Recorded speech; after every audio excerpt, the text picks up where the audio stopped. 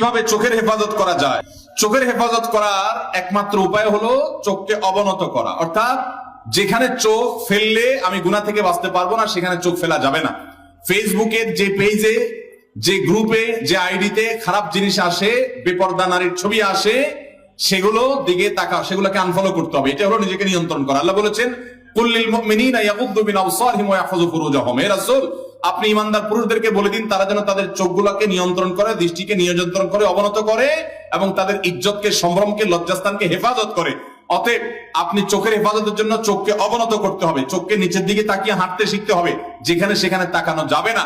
আপনি জানেন যে আপনার কলেজে গেলে, আপনার ইউনিভার্সিটিতে গেলে, আপনি অমুক বাজারে গেলে, অমুক জায়গা গেলে চোখের গুনাহ হয়, তাহলে আগে থেকে নিয়ন্ত্রণ করার ট্রেনিং নেন, প্রতিজ্ঞা করে নিজেকে নিয়ন্ত্রণ করেন এবং অবনত রাখেন, নিচের দিকে তাকিয়ে তাকিয়ে যথাসম্ভব আপনি নিজের চোখকে, দৃষ্টিকে হেফাজত করার চেষ্টাটা করেন।